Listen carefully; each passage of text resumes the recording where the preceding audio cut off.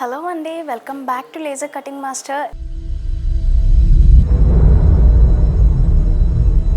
నేను రితిక. ఇంతకుముందు మీరు మా వీడియోలో చూసారనుకుంటాను. బట్ అందరూ మెయిన్గా అడిగేది ఏంటంటే బ్లౌజ్లో ఏవైతే ప్రాబ్లమ్స్ వస్తాయో అది క్లియర్ అవ్వాలి, మెజర్మెంట్స్ ఎలా తీసుకోవాలో అయితే కంప్లీట్గా మనం ఈ వీడియోలో చూసేసుకుందాము. వీడియోని స్కిప్ చేయకుండా ఫుల్ వీడియో అనేది చూడండి. ఇప్పుడు బ్లౌజ్లో మనం ఏదైతే మెజర్మెంట్స్ తీసుకుంటామో బ్లౌజ్ స్టిచ్చింగ్ చేసిన తర్వాత కస్టమర్స్ ఏవైతే ప్రాబ్లమ్స్ వస్తున్నాయి అంటున్నారో అది డిస్కస్ చేసుకుందాము.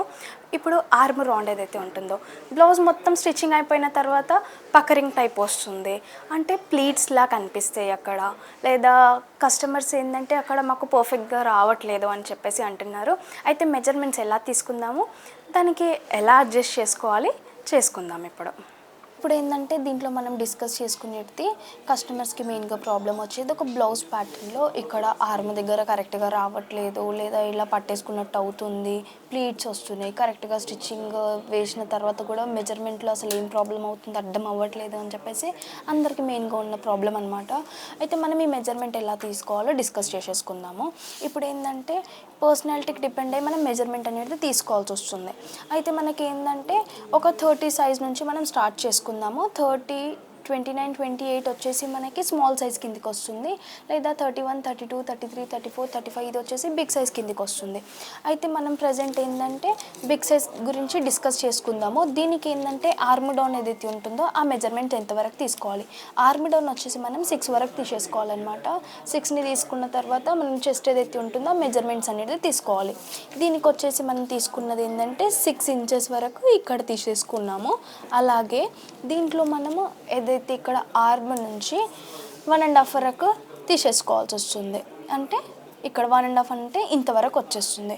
1.5 తీసుకున్న తర్వాత ఈ కర్వ్ అనేది మనం మాన్యువల్గా హ్యాండ్ డ్రా చేసుకున్నప్పుడు ఏంటంటే స్కేల్ ద్వారా తీసేసుకోవాల్సి వస్తుంది. బట్ మన సాఫ్ట్వేర్కి ఏంటంటే ఇలా ఏమీ యూజ్ అవ్వదు, మీకు ప్యాటర్న్ చూపించడానికి మాత్రమే నేను ఇలా డ్రా చేసుకున్నాను. సాఫ్ట్వేర్లో మీరు మెజర్మెంట్స్ మాత్రమే ఎంటర్ చేసేసుకోవాల్సి వస్తుంది అనమాట. మీకు 6 కావాలి అంటే 6 ఎంటర్ చేసేసుకొని డ్రా చేసేసుకోవచ్చు. ఇది వచ్చేసి మనకి 1.5 వరకు వచ్చేసింది. మెయిన్గా మీరు ఇది గుర్తుపెట్టేసుకోండి. ఈ మెజర్మెంట్స్కి 6 అనేది డౌన్ తీసేసుకోవాలి, 1.5 తీసేసుకుంటే మీ ఆర్మ్ అనేది సెట్ అయిపోతుంది అనమాట. అయితే మనం ఏదైతే మెజర్మెంట్స్ తీసుకుంటామో 31 అనుకోండి. ఇప్పుడు 30 నుంచి పెద్ద సైజ్ అనుకున్నాము. అయితే 31, 32 వచ్చేసి మనం ఇలా మెజర్మెంట్ అనేది తీసుకుంటాము. అలా కాకుండా ఇప్పుడు 30 సైజ్ నుంచి ఎలా తీసుకోవాలో నెక్స్ట్ మనం అది డిస్కస్ చేసుకుందాము. 30 సైజ్ వచ్చేసి ఇది అన్నమాట. దీంట్లో నేను ఆల్రెడీ బిఫోరే డ్రా చేసి పెట్టాను, అందుకే స్టార్టింగ్ నుంచి చెప్పలేదు మీకు ప్యాటర్న్ ఎలా తీసుకోవాలో. దీంట్లో ఏంటంటే మనం ఇక్కడ డిస్కస్ చేసుకునేది స్మాల్ సైజ్ దానికనమాట. తీసుకునేది స్మాల్ సైజ్కి కూడా 6 ఇంచెస్ వరకే మనం డౌన్ అనేది తీసుకోవాలి.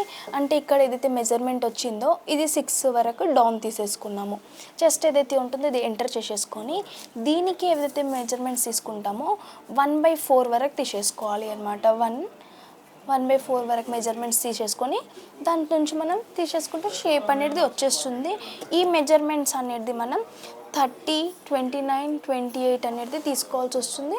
ఇంకా తగ్గిందనుకోండి మనకి ఇక్కడ సైడ్ వరకు వచ్చేస్తుంది అనమాట.